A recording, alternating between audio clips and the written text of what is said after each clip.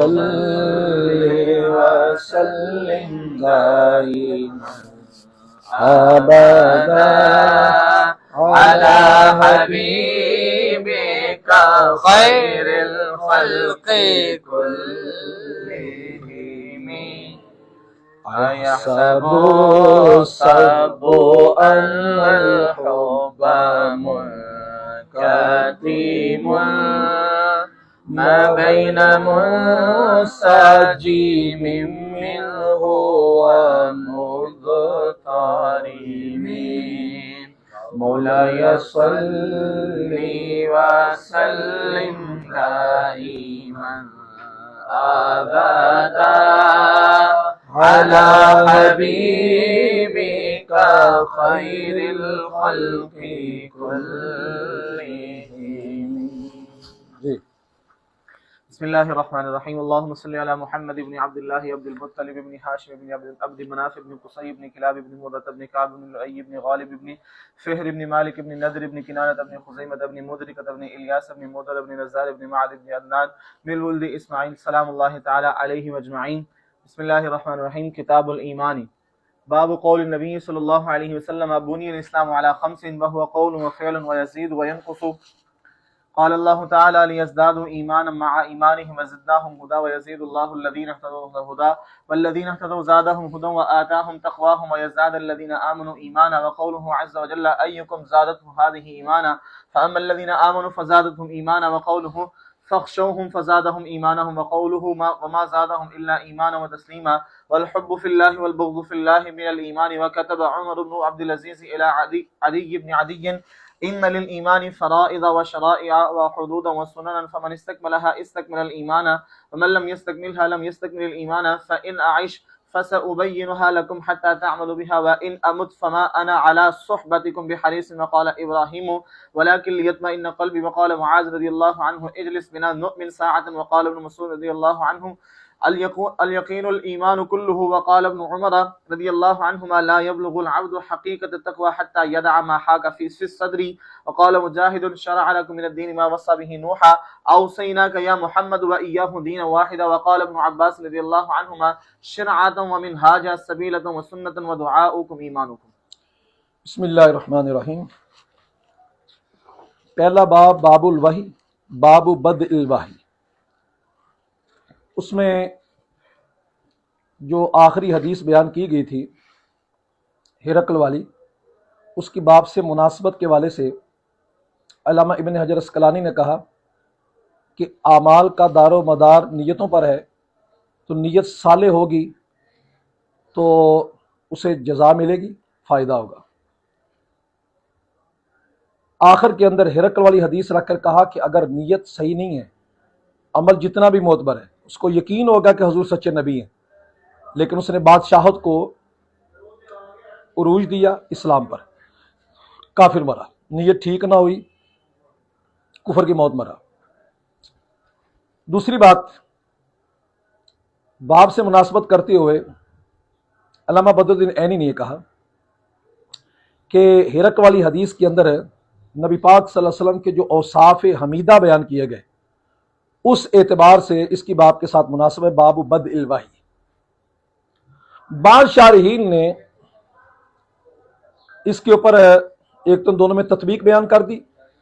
یہ عمدہ چیز ہے کہ اعمال کا دار و مدار نیت کے اعتبار سے یہ حدیث کے اعتبار سے ابتدا و انتہا کے اعتبار سے مناسبت ہوگی، لیکن اس حدیث کی بات کے ساتھ مناسبت کے اندر علامہ بدر الدین عینی نے جو بات لکھی وہ بہت خوب لکھی ہے کہ ان ہرقل والی حدیث کے اندر جو اوصاف بیان کیے گئے، ان اوصاف کی بات کے ساتھ مناسبت یہ ہے کہ اس کے اندر جو حضور کی طرف وحی کی گئی، اس وحی کے اعتبار سے باب البدء الوحی کے ساتھ مناسبت ہے. تاہم اس سے آگے انہوں نے جو لکھا کہ بدء الوحی کا بدء کا معنی غالب آتا ہے، تو ان ہرقل والی حدیث میں نبی پاک صلی اللہ علیہ وسلم کے ان اوصاف کا بیان ہے کہ جس کی وجہ سے آپ نبوت اور رسالت کے اعتبار سے آپ کے وہ اوصاف کا بیان ہے جو غالب آ گئے. تو غلبے کے اعتبار سے اس حدیث کی بات کے ساتھ مناسبت بنتی ہے. تو میں یہ سمجھتا ہوں کہ یہ علامہ بدر الدین عینی رحمۃ اللہ علیہ کی تحقیق سے کوئی ہٹ کر نوکھی بات نہیں ہے،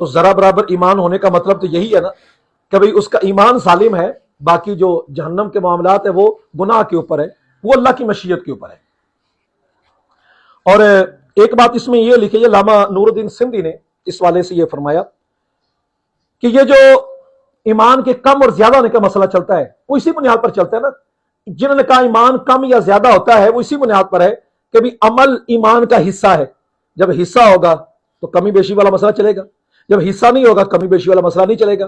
تو ہمارے نزدیک ایمان ایک ایسی چیز ہے جو متجزی نہیں ہوتی، تقسیم کار نہیں ہوتی، اور عمل جو ہے وہ متجزی ہو سکتا ہے، 2 بھی ہو سکتے ہیں، 4 بھی ہو سکتے ہیں، ایمان جو متجزی نہیں ہوتا۔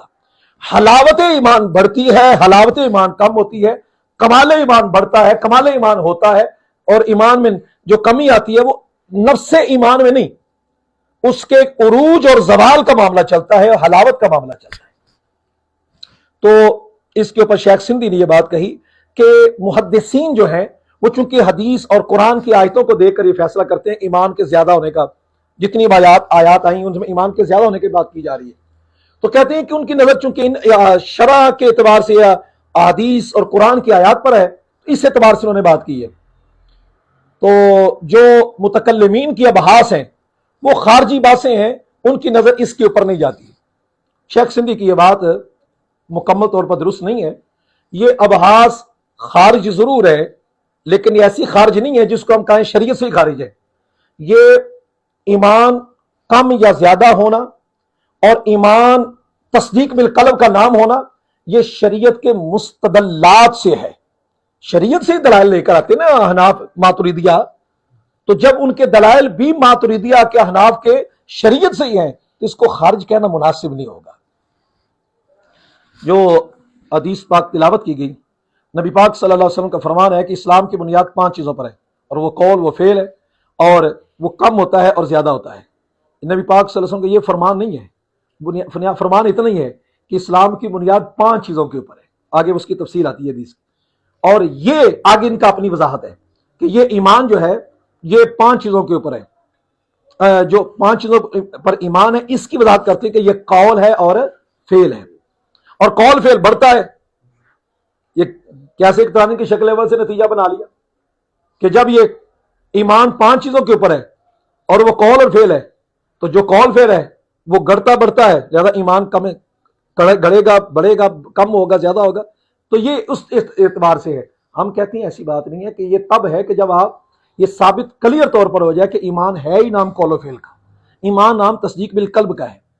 اور قرآن مجید میں کس طرح آتے کہ اللہ فرماتا ہے کہ جس کو مجبور کر دیا گیا الا من اکرہ وقلبہ مطمئن بالایمان، مگر جسے مجبور کر دیا گیا قول کفر کا بولنے پر اور اس کا دل ایمان پر مطمئن ہے، تو فیصلہ دل پر رکھا گیا۔ گنگا بندہ قول کیا کرے، اس کا فیصلہ دل کے اوپر رکھے گا اور اشارے قول کے اوپر رکھے دیے گئے۔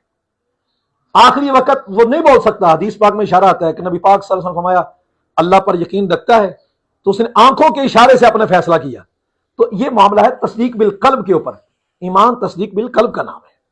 آگے جتنی بھی آیات تلاوت کی گئی ان کا ترجمہ دیکھتے ہیں۔ اللہ فرماتا ہے تاکہ ان کا ایمان بڑھ جائے ان کے ایمان کے ساتھ، اور ہم نے ان کی ہدایت کو زیادہ کر دیا۔ ہدایت کو زیادہ کرنے کا مطلب ایمان بڑھا، عمل بڑھا تو ایمان بڑھ گیا، اور اللہ زیادہ کرتا ہے ان کو جن کے ہدایت پائی، ان کی ہدایت کو بڑھاتا ہے، پس جنہوں نے ہدایت پائی اللہ ان کی ہدایت کو زیادہ کر دیتا ہے اور ان کو تقویٰ عطا فرماتا ہے، اور ایمان والوں کا ایمان اللہ بڑھا دیتا ہے۔ اور اللہ تعالیٰ کا فرمان کہ وہ منافقوں کا قول، وہ کہتے ہیں کہ اس سورت نے ایمان والوں کا کون سا ایمان زیادہ کیا، پس وہ جو ایمان لائے تو اس سورت نے اس کا ایمان بڑھا دیا۔ اور اللہ کا فرمان کہ وہ منافق ان کو کہتے ہیں ڈرو ان سے، تو مومن جو ہیں ان کا ایمان اور بڑھ جاتا ہے۔ اور وما زادہم، اور نہیں ہوتا ان کا زیادہ مگر ایمان اور ماننا اور محبت اللہ کے لیے، بغض اللہ کے لیے، یہ ایمان سے ہے، تو یہ بھی عمل ہے اور عمل کو ایمان کا حصہ بنایا گیا۔ یہ امام بخاری کے دلائل آ رہے ہیں۔ حضرت عمر بن عبدالعزیز نے حضرت عدی بن عدی کی طرح لکھا ایمان کے کچھ فرائض ہے، ایمان کے کچھ فرائض ہیں، کچھ شرائع ہیں، اور حدود ہیں اور سنتیں ہیں، جس نے اس کو کامل کر لیا اس نے ایمان کو کامل کر لیا، تو کمال ایمان ان عمل کے اوپر رکھا گیا، اور جس نے اس کو مکمل نہ کیا اس نے ایمان کو مکمل نہ کیا۔ اگر میں زندہ رہا تو میں اسے تم کو بیان کروں گا حتیٰ کہ تم اس کو جان لو، اور اگر میں مر گیا تو مجھے تمہاری صحبت پر کوئی حرص نہیں ہے، ٹھیک ہے، جو ایمان ہے اس کے اوپر تم رہو، میں اس کے اوپر رہتا ہوں۔ تو آپ نے اپنے عمل کے اوپر اور کا تمہارا عمل، اس اعتبار سے عمل کو آپ نے ایمان کا حصہ قرار دیا ہے۔ حضرت ابراہیم علیہ السلام آپ کا فرمانے والا کہ لیطمئن قلبی، لیکن میرا دل مطمئن ہو جائے، قلبی میرا دل۔ حضرت امام بخاری نے اس سے استدلال کیا ہے کہ ایمان جو ہوتا ہے وہ گڑتا بڑھتا ہے۔ پہلے معجزہ جب اللہ کی قدرت نہیں دیکھی تھی تو وہ کم تھا، جب اللہ کا معجزہ دیکھ لیا تو اطمینان قلبی ہوگی تو ایمان بڑھ گیا۔